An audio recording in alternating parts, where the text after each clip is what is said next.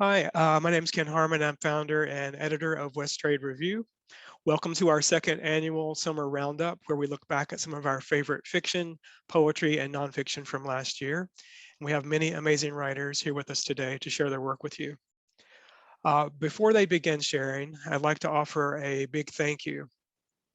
A thank you to all of our readers who follow us online through our website and social media, and to all of you writers who regularly submit to us.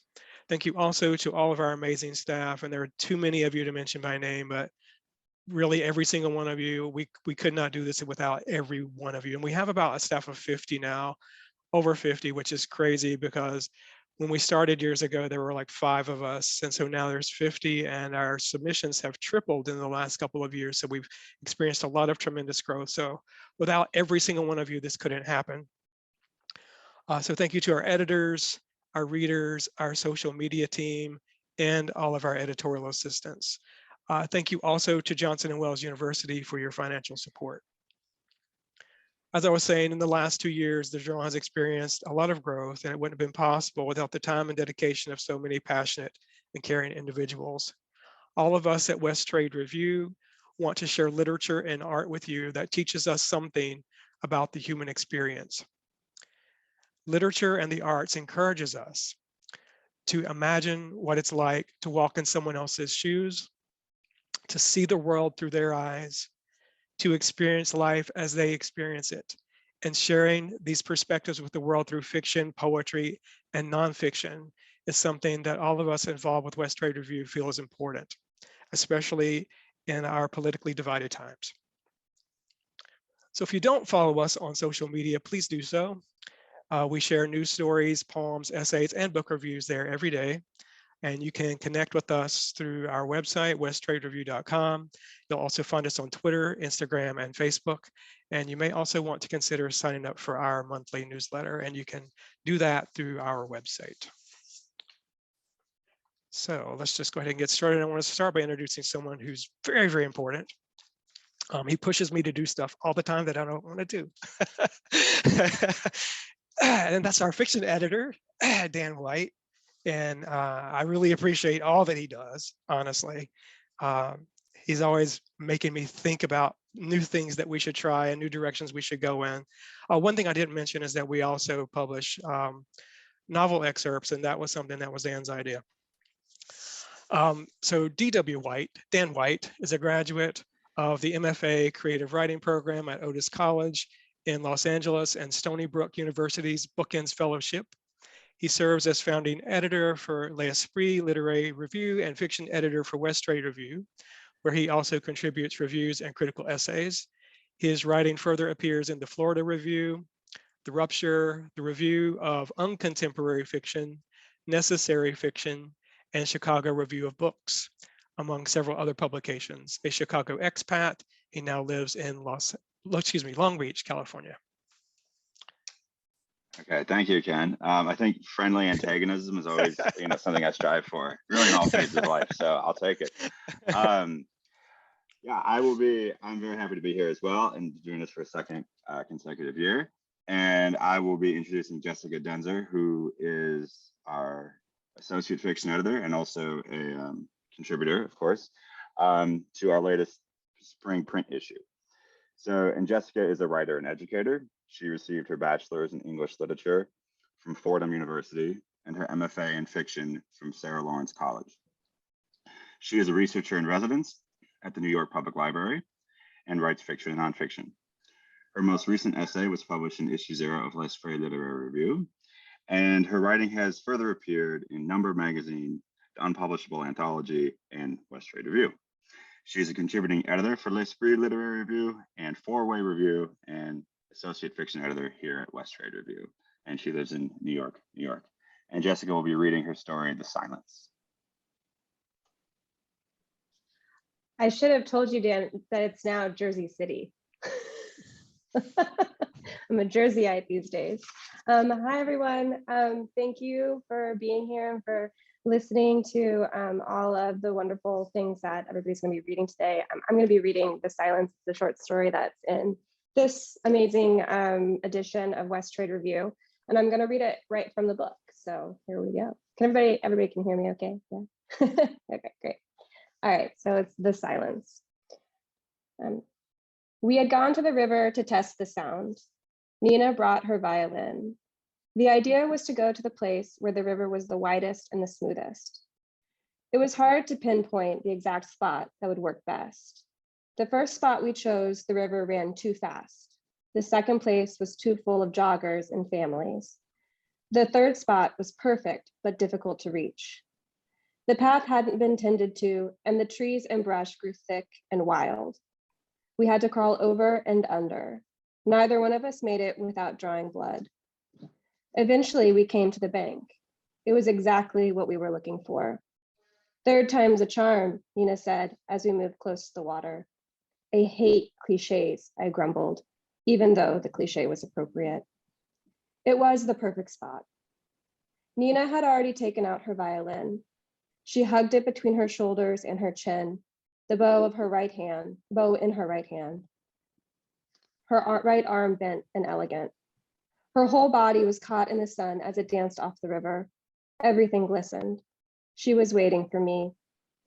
I went to her and bent my knees, crouching right at the edge.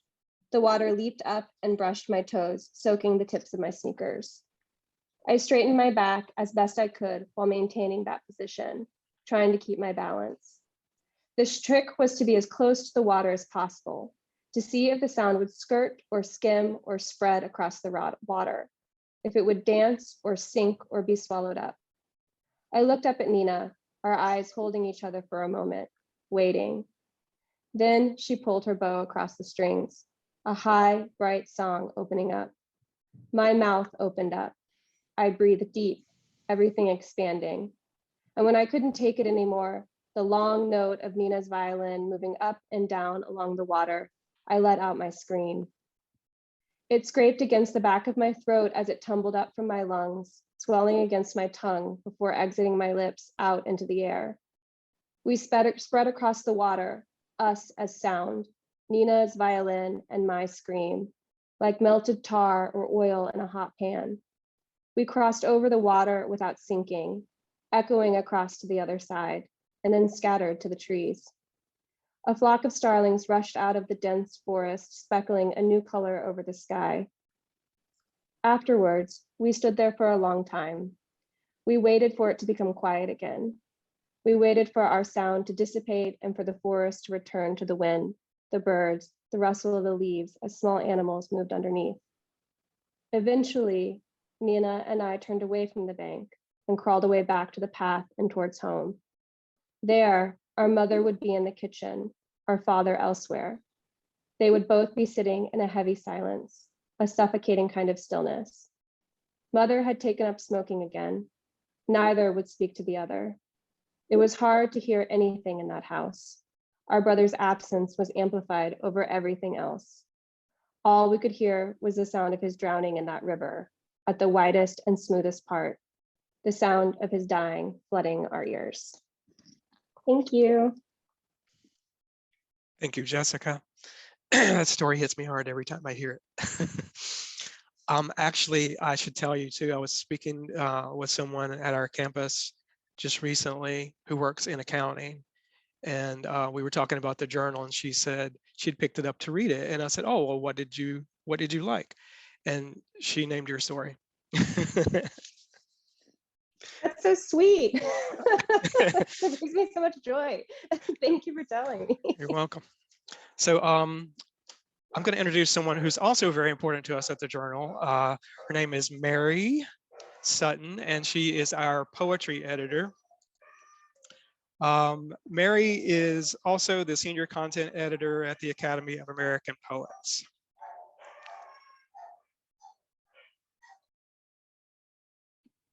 I guess that's my cue. Thank you, Ken.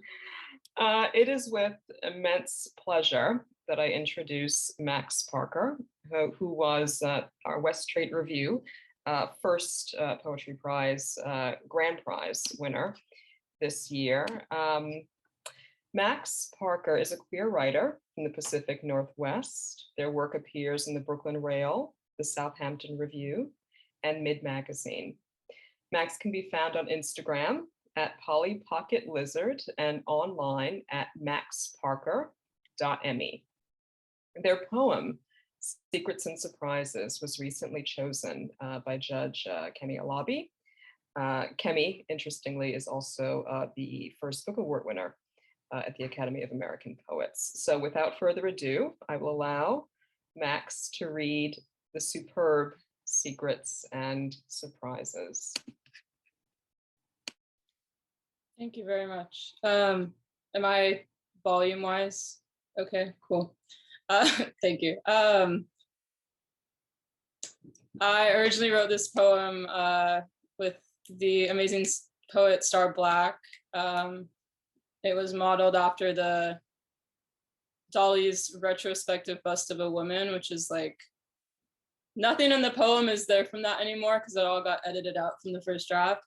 But I want to give a shout out to the piece of art because it's really weird, and it's like this woman with ants all over her face and a baguette on her head that like originally belonged to Picasso. His dog ran off with it one day, and there's like this whole amazing like legend surrounding the piece of art. So thank you to that piece of art, and you should look at it because it's really cool and delightfully weird. This poem's called Secrets and Surprises. Monday through Friday only, Jesus is the beautiful busty woman washed in honey drive-through night glow. She purrs static question. I answer like a clear bell with my window down. Not selfish, I love the hand who feeds my children white potato, biscuit, coleslaw, and foamed cardboard chicken greasy guts. Just imagine my tits 15 minutes are free. Are you kidding? Keep driving. Bring your own Mary, your own flashy tears. Always the religion of, will God make us rich if we pray appropriately? How crystal clear to love as if my real father. To pray question and get answer. Actually, just for tonight, let's not gossip. Jesus is Jesus. We know womb water is not covenant.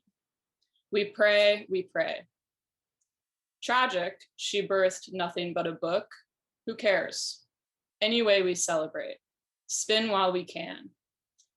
Come, let us drink from one small cup like the good old days again. Sing deep gold gospel, shake emerald windows, and let us forgive, forget, and so on.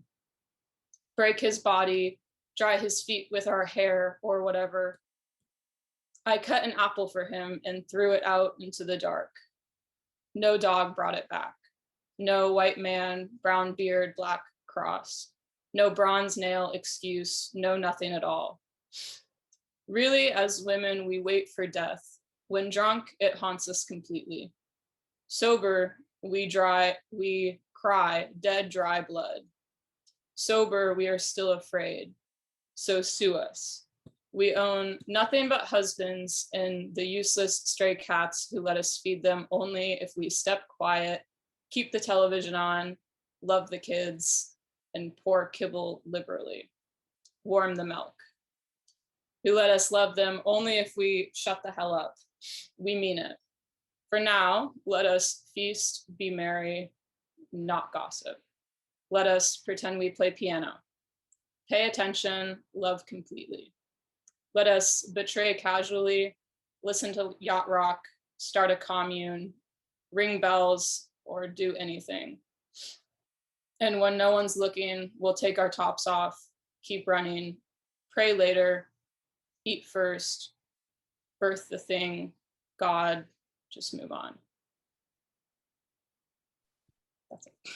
Thank you so much, Max. That's a beautiful poem. Thank you.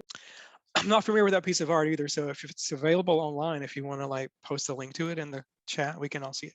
I got you. Oh, I looked it up, so I had the correct title. So All right, cool. I'll hit the link, don't worry.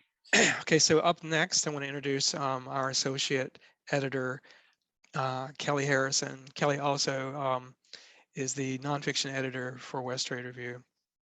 And Kelly Harrison, MFA, teaches technical communication at Stanford University and works as a writer and consultant in San Jose, California. She edited West Wind's Centennial, an anthology of works by California Writers Club, for which she the Ina Coolbrith Award. Her works have appeared in literary journals and anthologies, including Read Magazine, Hidden Compass, and Celebrate Creativity, and she writes for Technical Communication. And again, she is the associate editor for West Trade Review. Welcome, Kelly. Hello. All right. I'm having to manage the meeting and try to speak. So I am super thrilled to be introducing all of the creative nonfiction people today. Next up is Sarah Edmonds, she, they pronouns. Sarah is a queer author and filmmaker whose films have been screened at Barebones Film Festival, Global Shorts Film Festival, and Flick Fair Film Festival. She has fiction in Wolfsinger Publications' Us Them Anthology, Whiskey Tit Journal, Dead Skunk Magazine, and Vagabonds Volume 10, poetry in Back Channel's Literary Journal, and nonfiction in West Trade Review, and upcoming work in Ethelzine and Decoded Pride. She is also the founder and editor of 4-Page and Screen magazine. Let me hand it over to Sarah. Hi, everyone. I'm really grateful to be here and to be reading an excerpt from my piece, Disturbed Girl's Guide to Online Dating. This is actually the only creative nonfiction piece I've ever written, so it was a huge honor to have it be accepted to the West Trade Review, and even more so to be able to read an excerpt from it for you today. The piece itself is broken down into different sections throughout the process of getting a date through an online dating app. So building the profile, the first date, relationship, all the way through moving on after a breakup. Today, I'm going to be reading the section titled The First Date. Okay. Choose some place where you can sit and chat. Don't pick something active, something that will require an explanation. Try to get there first so that they don't have to watch you walk in. You don't want them to watch you. Your cutest outfit always goes to waste.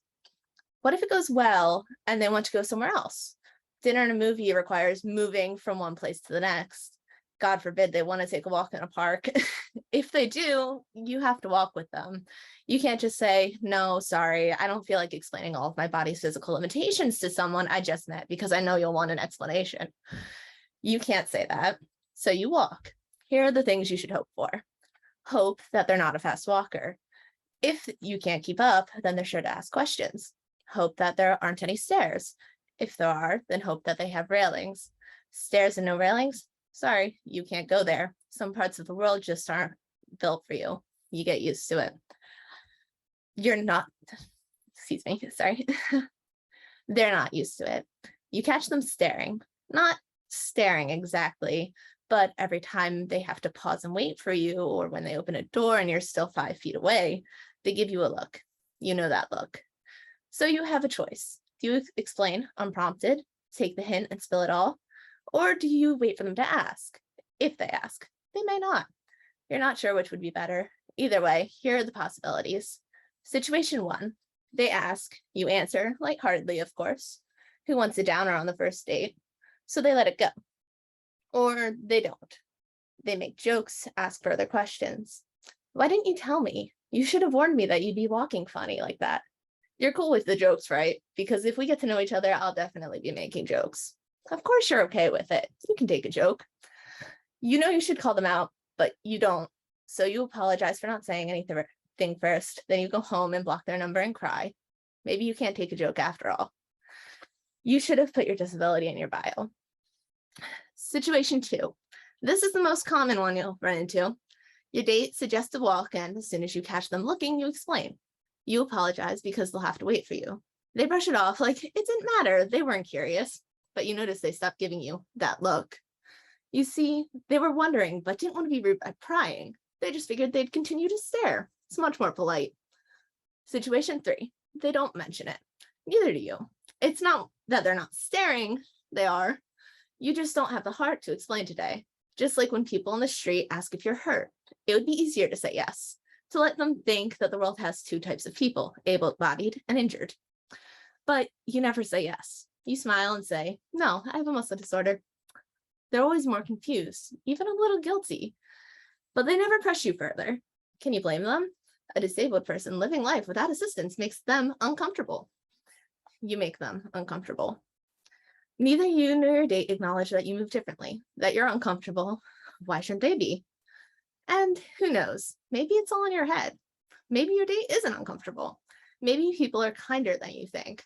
You're hopeful. You don't hear from them again.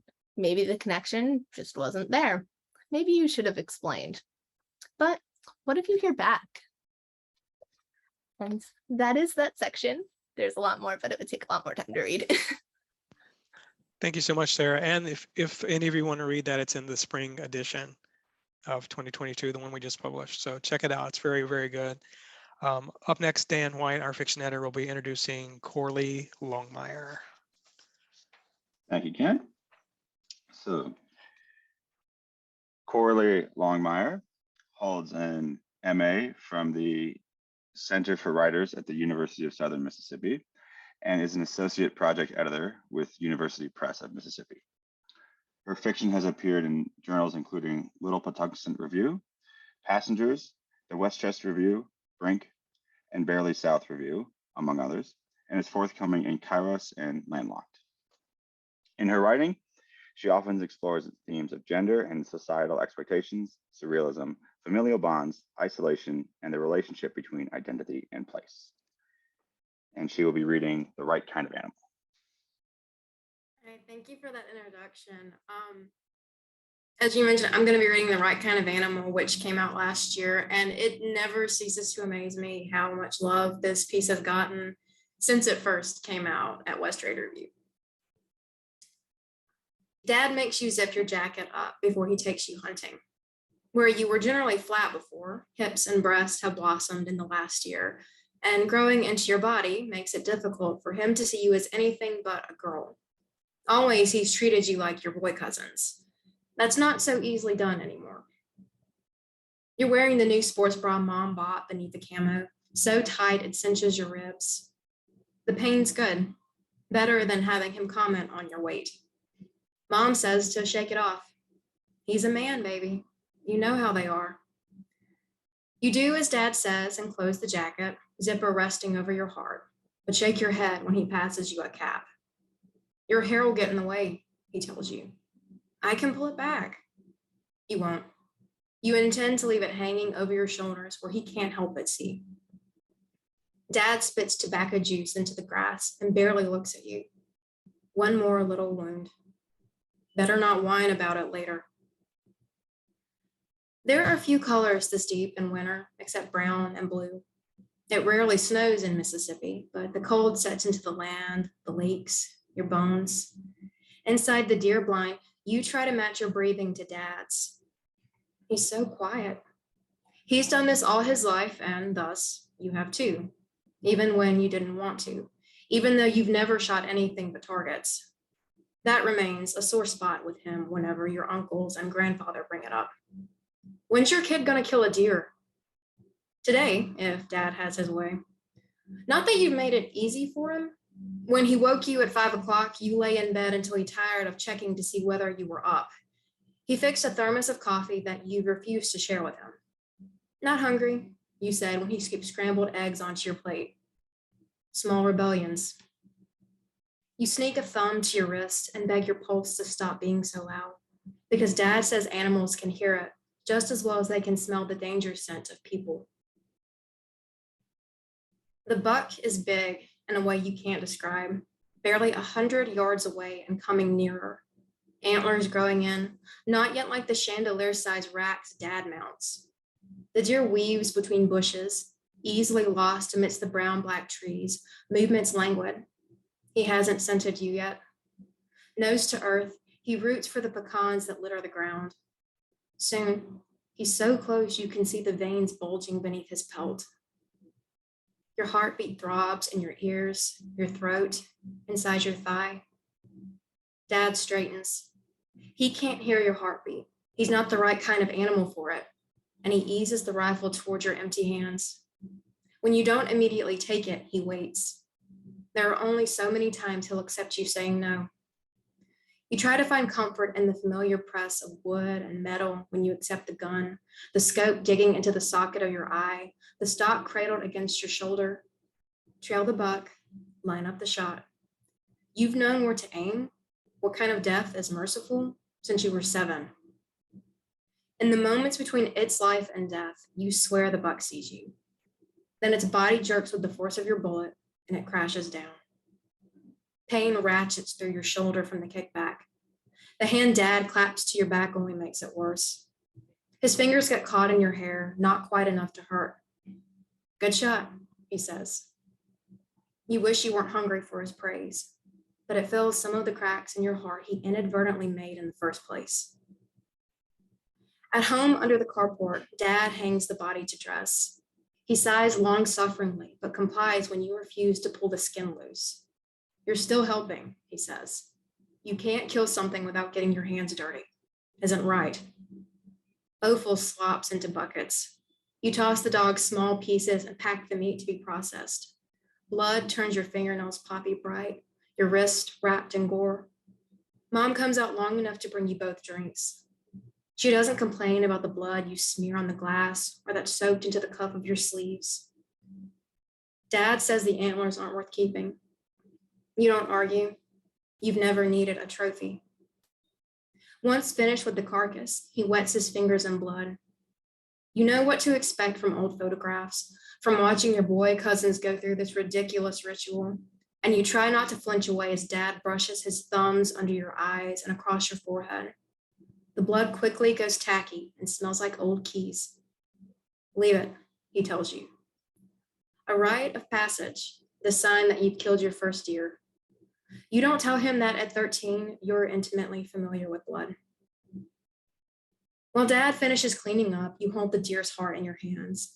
It's lighter than expected and cool to the touch. You dig your finger into the dark hole until you find the bullet lodged inside. Bits of muscle wedged beneath your fingernails as you pry the bullet loose, slimy and stained red, a reminder of what you did today and never want to do again. You set the bullet aside and cradle the heart, wonder what it would be like to bite into something so recently alive and feel the gush of blood on your tongue clinging to your teeth. Maybe you'd be able to shake off your skin and grow antlers, take on an animal heart. Thank you. Thank you so much, Corley. That story really resonates with me. We should talk about that sometime. Corley's story appeared in our winter 2021 online edition. So if you want to check it out there and share it with everyone that you know, you'll find it on our website. So up next, our fiction editor, Dan White, will be introducing Desmond Everest Fuller, who will be reading his story, Wild Country. Thank you, Ken.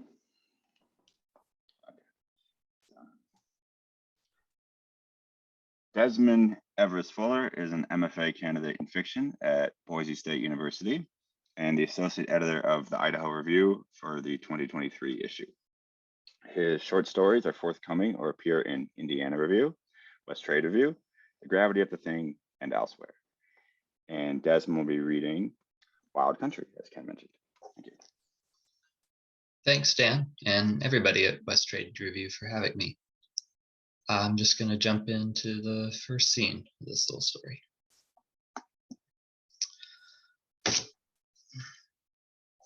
The TA Travel Center in Gas overlooks the confluence of 2 highways in the middle of West Texas. Molly rings up purchases for travelers passing through the oasis.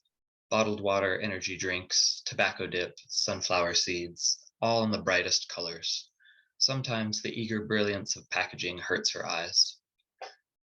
Children with straining bladders shuffle towards the bathrooms. Parents hurry them along and drop $20 on Frappuccino and chapstick. They pass with a brief kiss of the gas pump, cradled by neck pillows and cruise control, through these barren plains where oil refineries twinkle in nets of light cast along the horizon. Sometimes Molly lets herself imagine climbing into the back of one of these families' Suburbans, riding west until her first view of the Pacific Ocean that is bluer than any sun-blanched southwestern sky. Plaintive pop songs, begging shoppers to believe them, pipe through overhead speakers. The playlist hasn't changed much since Molly left 8th grade 4 years ago, after a drunk driver's F-150 caught and flipped her parents' Toyota into an irrigation ditch. Towards the end of her shift, the playlist begins another saccharine round. The sliding doors chime whenever someone passes through them. She hears, then sees him walk in, loses him for a moment in the aisles. Then she's ringing up his bottled water, chips, and jerky. Know anywhere to camp nearby, he says. He's not much older than Molly, a patchy beard and baseball cap over a boyish face, hair the color of river sand. Not really that kind of place, she says. He nods, gathering his bag. I'll figure something out. She pushes back her hair, red, self-cut in a bob, brushing around her cheeks, and watches him leave through the chiming doors. The last half hour on shift passes with granular slowness. The register keypad is soft with grime. Truckers turn in shower keys and make for berths in their cabs, or swing their hinge of wheels back into the flow of American transit. Her manager, Glenn, reminds her to clock out on time. He shakes his head when she asks if he needs night shift coverage. Molly pinches the inside of her arm. After her birthday in February, she won't be a minor, won't count as a kid, and the disability checks won't be the same. Checks in monthly white envelopes that have meant survival for Molly, her mother, and her Aunt Midge ever since the accident. Her mother's sister, Midge, paroled on early relief to serve as caretaker and guardian, has never in 4 years looked for a job. Molly takes the flesh between her fingertips and twists until it bruises. She wets her tongue and looks at Glenn. I really need hours. Glenn evaluates prices on a turnstile of sunglasses. He blinks and says he'll look at next month's schedule, then leaves to inspect the gas pumps. After restocking the fridge with soda, iced teas, and beer, Molly rings up a carton of milk, a dusty box of cereal, and a loaf of Wonder Bread. She does all her shopping at the TA and laundry in the machines where the truckers buy tokens for. Outside, the wind smells of burnt oil and tired heat. She sees him leaning against his midnight blue truck, his frame slumped in his coat. He looks adrift on the moat of blacktop. As she crosses the parking lot, a blush rises in her cheeks that she wishes she could banish to the asphalt and the shrinking distance between them. He looks up, puts his phone in his pocket, and smiles. She asks where he's staying and hopes she sounds casual, a little skeptical. He pats the dented hood of his Chevy, Oregon plates. His name is Cody. He's here selling Christmas trees over in White Hill. In the morning, he'll meet up with his partner Ricardo, who's bringing down the U-Haul full of trees. They bought in bulk in Oregon and will mark up a genuine smell of pine 100% or better in this place bereft of anything green. Molly pinches another parenthesis between her fingernails, wincing through the gap before she leaps. She tells him there's a camper behind her house she could rent to him for the days he's here. But if he can't bathe by tomorrow, her father will march him off with a shotgun. This lie flies off her lips before she can snatch it back. I'll follow you, Cody says. Thank you. Thank you so much, Desmond. If you'd like to read the rest of Desmond's story, you'll find it on our website. It's if you click the exclusives link, it's under the Fall 2021 online edition. Up next, our poetry editor, Mary Sutton, will be introducing poet Dare Williams. Thank you, Ken. Dare is one of my favorite people to follow on Instagram. More importantly, he is a queer HIV positive poet, an artist rooted in Southern California. A 2019 PEN America Emerging Voices Fellow, Dare has received support and fellowships for his work from John Ashbery Homeschool, The Frost Place, Brooklyn Poets, Bread Loaf, and Tin House. Dare was the co-curator of the West Hollywood Literature Festival in 2021. His poetry has been nominated for a Pushcart Prize, Best of the Net, and Best American Poets. His work has been featured in Foglifter, Had, The Shore, Exposition Review, of course, our own journal, West Strait Review, and elsewhere. Please follow him on Twitter if you're there at dare_Williams13 and www.darewilliams.com. Dare will be reading A Painting, a Wonder. Thank you so much. Thank you, Mary, and everyone here. I guess to talk a little bit about how I arrived at this poem, I think I tweeted that as growing up in California, I've never experienced fireflies. And my friend, amazing poet and scholar and professor Bridget Bianca said, that sounds like a great line to a poem.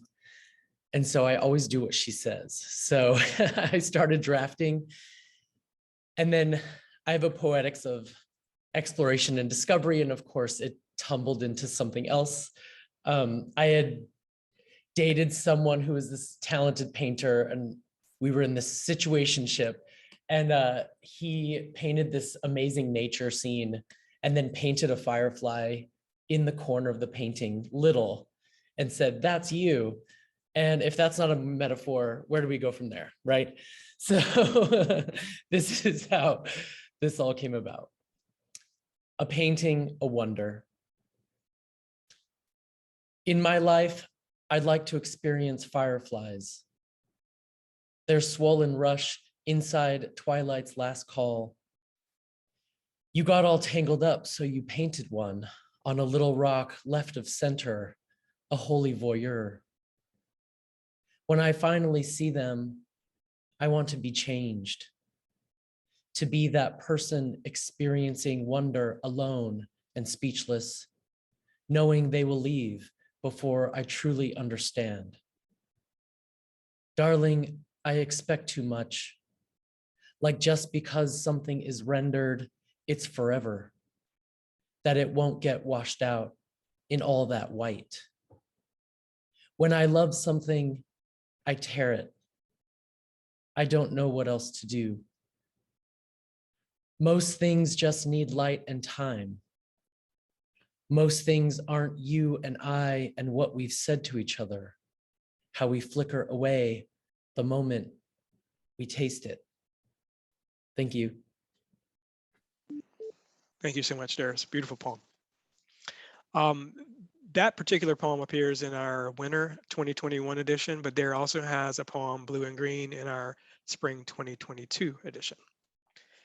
Up next, Kelly will be introducing, I'm probably going to butcher your last name again, but it's Tomas, is it Baiza? Did I get that right? Was I even close? Yeah, I think so. All right. Or is it Baiza? Baiza. Either So works. Tomas Baiza is originally from San Jose, where I currently am, and he now lives in Boise, Idaho. He's the author of the novel Delivery, A Pocho's Accidental Guide to College, Love, and Pizza Delivery, and the collection A Purpose to Our Savagery. Both are due out in 2023. Tomas's work has been nominated for the Pushcart Prize and Best American Short Stories anthologies, and has appeared in various print and online anthologies and journals. When he's not writing, Tomas is running trails, obsessing over bonsai trees, and playing guitar way too loudly. All right, let me hand it over to Tomas. Thank you. I'm Tomas, coming to you live from Boise, Idaho, where my voice will probably attest it is apparently allergy season. Having a rough time. So if I start croaking, you know, it's because of the pollen in the air. So the piece that I'll be reading is called Swallow. This is essentially a montage of chapters that I removed from an early draft of the novel that'll come out this winter. The novel and this piece explore the slippery and contested nature of identity and gender. So here we go, Swallow. Remember the time you thought you bit into a dismembered finger? Remember how your eyes got all big and scared and you looked up at your mom wondering if it was a trick or something? You know, like a test? In your panic, you asked yourself, Is this what it felt like when an Aztec priest raised his face to the sun and bit down on the flesh of the sacrificed? Is this how you prove to yourself and the world that you're the real deal? But as your tongue explored the horror in your mouth, you realized it was just a chunk of limon that got lost in the pollo asado street taco. And then when you swallowed the limon, you felt tough and relieved that you didn't blow chunks in front of your mom, because you just know that she would have sneered and asked you whether you wouldn't have just preferred a hamburger. And then that time on the way home from middle school, when Roberto, Manuel, David, and Mario said your sister was a total puta, you made sure to leave your book bag, the sketch blue Converse tote with all the holes, safely on the porch before you walked back out into the street alone and started throwing. You and Manuel got all tangled up, holding each other's collars y tirando chingazos until the left sides of your faces swelled up like hockey players, as if any Chicano kid ever played hockey, right? You traded right fists in front of everyone, both of you knowing you were on a one-way slide to hell until someone tapped out. And then, thank God, Manuel started to cry.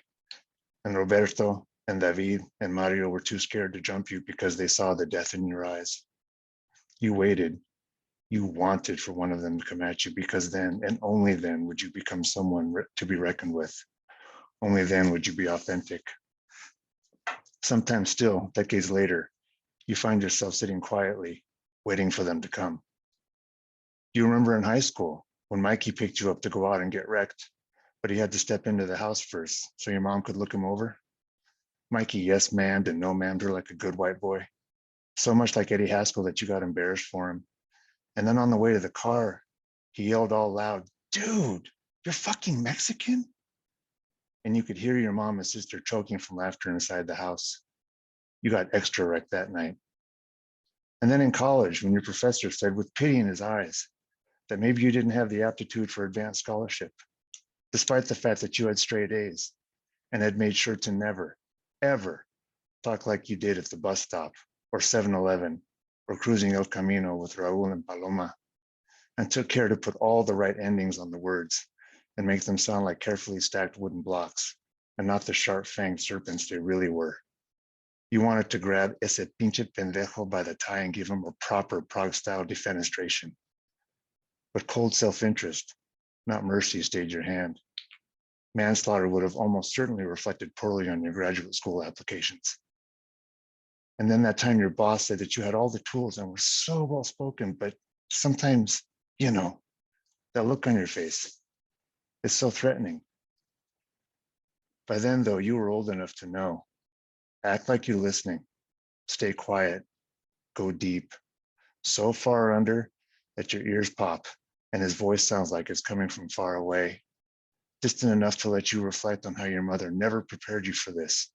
Shit like this was always her problem, her burden, her cross, not yours. But then, crouched in the hallway, your child self catches a glimpse through the crack of the door that's been left ajar, of your mother crying on her bed, her face twisted in rage at what the white men did to her again. The ogling, the whispering, the extra work, late nights, weekends. The Alma, we need you to translate this into Spanish by tomorrow. Come on, be a sport, you're the only one. And then the dog shit left on her desk chair when she wouldn't agree to a date with her supervisor. Which one was it this time, Mommy? And if your boss could make you, tall, light-skinned, all the benefits of maleness and, by accident, whiteness, feel so utterly worthless, so alien, then how could your mother have done it for so long before going mad, before she was found wandering dark streets in her nightgown, lost and saying she had to get to work, where she was needed, where she belonged? Do we even have the right to feel anger, to feel the blood turn to acid in your veins, like a xenomorph, ready to explode and melt everything around you into sizzling oblivion?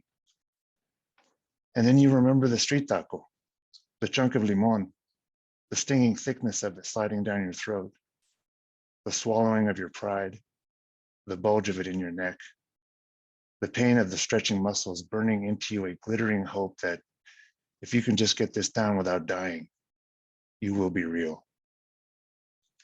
Thanks. Thank you so much, Tomas. Powerful, powerful piece.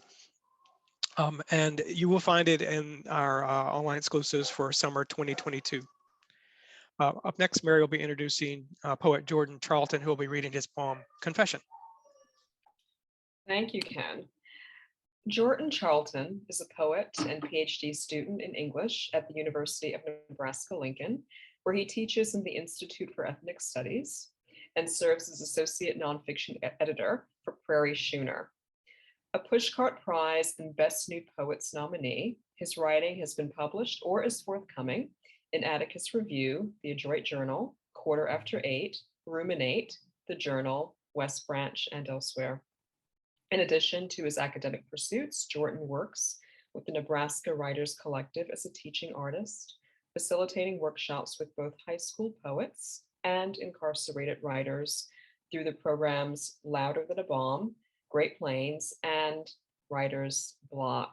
Jordan will be reading Confession.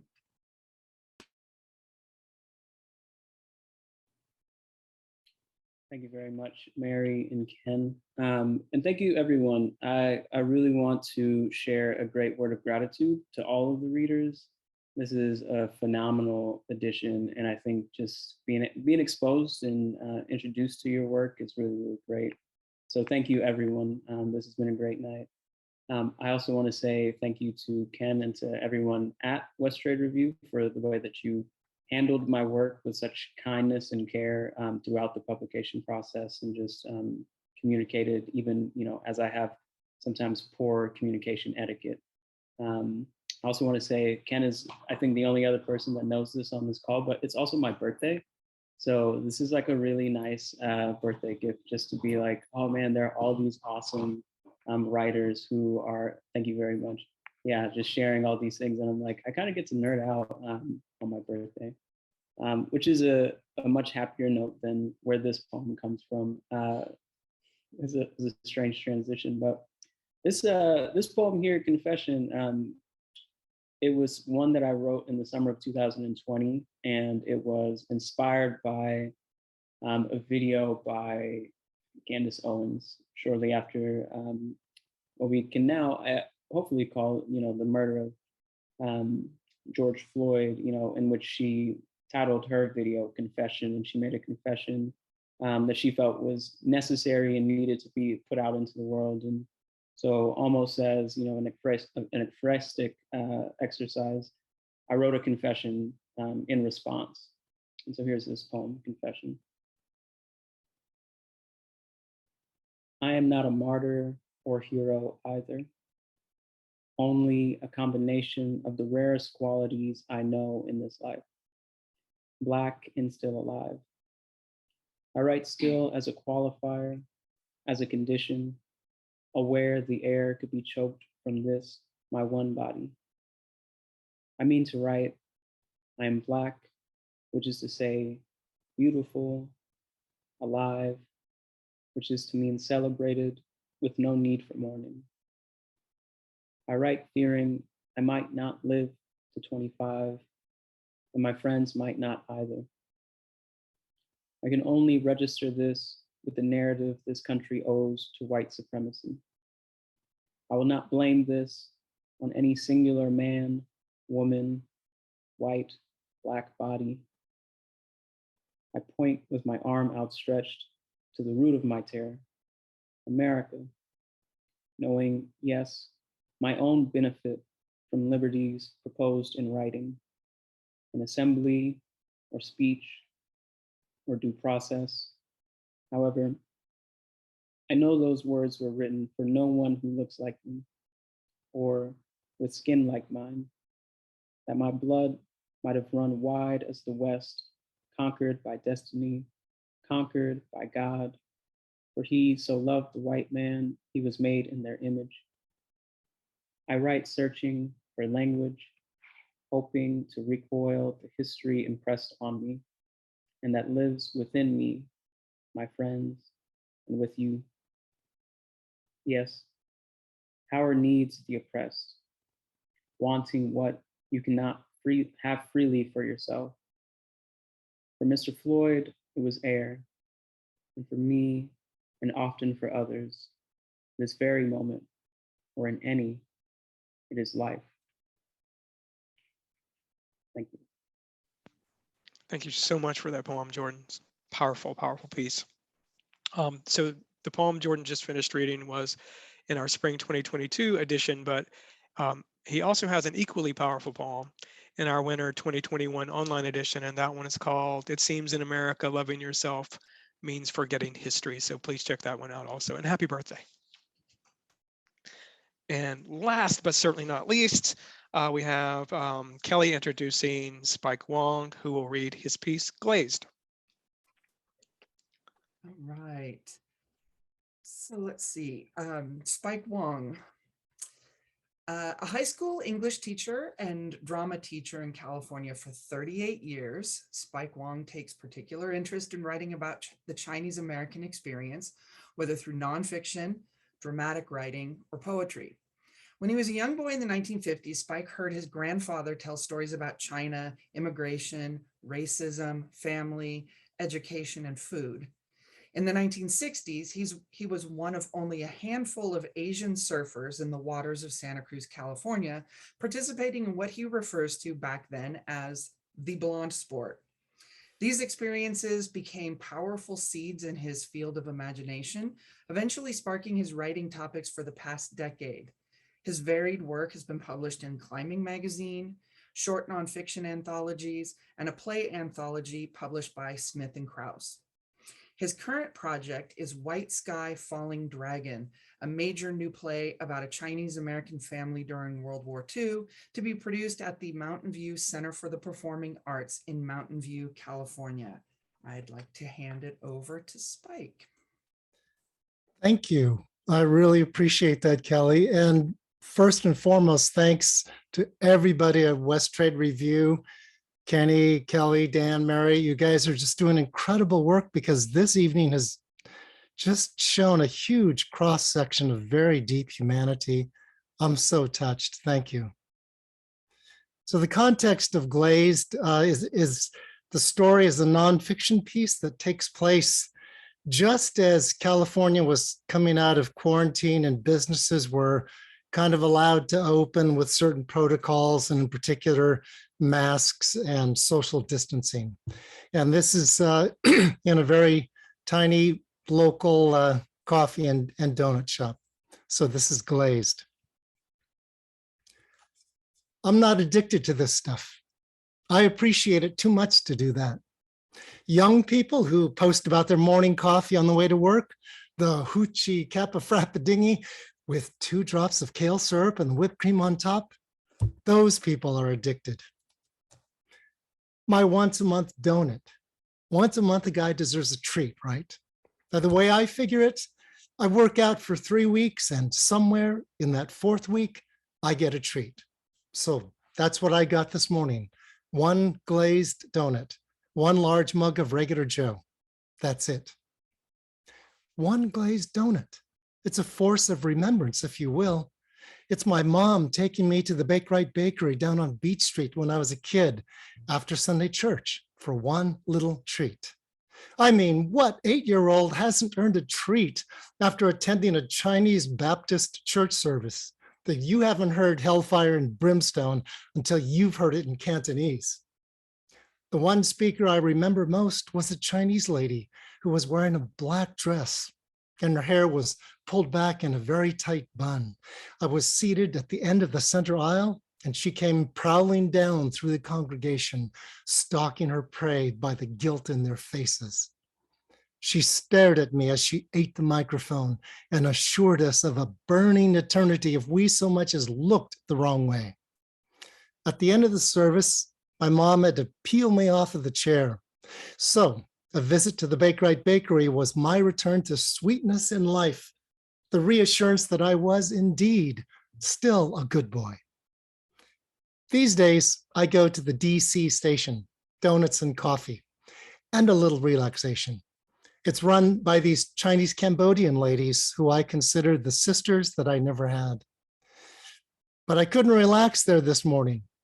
It's that damn COVID and one other thing that I have to get off my chest, because as much as I want to pretend that what I felt like doing wasn't me, it was. It is. It's tearing me open, and what's coming from deep inside me might be truer than many things I've felt before. Coffee memorializes my life. I was watching a football game in high school when I had my first cup of joe. I was sitting in the stands, and I so wanted to impress the redhead whose hand I was holding. So I said, hey, I'm going to go get some coffee. You want anything? My first cappuccino, the day my grandmother died in San Francisco. My first espresso on my wedding day, the first one, and many more cups on the sleepless nights after I got divorced. My first cup of hot joe from a vending machine, when the cop handed it to me while I was making a statement about getting jumped by a street gang. I can still feel my arms pulled back, still see the knife coming. More than anything, I feel my years of martial arts training and the power that sent one of them to the hospital and the rest slithering off into the night. But this morning was foggy and colder than it should have been. When I parked my car at the DC station, I put my mask on and cleaned my hands with sanitizer as usual. I got to the front door and I saw that there were several customers inside. I'm standing there, and through the front window, I can see two young men at the counter trying to decide on donuts. An older couple leaves. Now I've got room to enter, so I do. The first thing I notice is that one of the two young guys is not wearing a mask. Every other face in there is covered. I know 3 people who have died from COVID. I went to high school with 2 of them. The third was one of my uncles. There's a hole inside me that desperately needs some relief. So there I am. I could leave, but I want some coffee and that precious glazed donut. I call out to the young man, hey, cover your face with your mask. He says, what? He looks over, sticks his jaw out and says, you shut the fuck up. I say, hey, I'm in a vulnerable population, okay, so just cover up. But he can't stop himself. Afraid of a little China virus, you fucking Asian? You don't shut the fuck up. I'm going over there and smack you. I breathe and think, touch me, dude. Go ahead. Push me, you asshole. You won't like what happens. I will hurt you. You motherfucker. Just push me. I'm standing right next to the door. You can't leave without walking right by me. You can do it. Hit me, motherfucker. Thank you. Thank you so much, Mike. And you'll have to get the spring edition to find out what happens next. It's a great piece. So I want to thank you all so much for being here today, writers and those who are attending. You're all amazing, amazing writers in your work. I just love it all. And we're so grateful to have the opportunity to publish it and share it with the rest of the world.